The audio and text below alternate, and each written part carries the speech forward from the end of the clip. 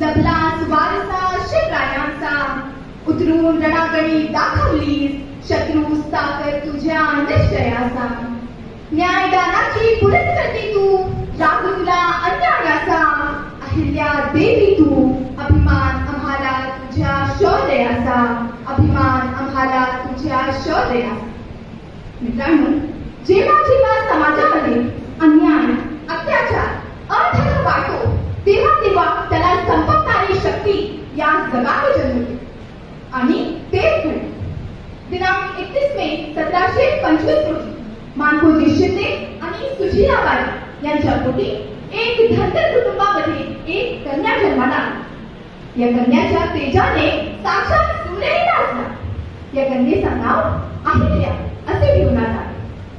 मधुर होती ज्यांची वाणी, अशी जन्माली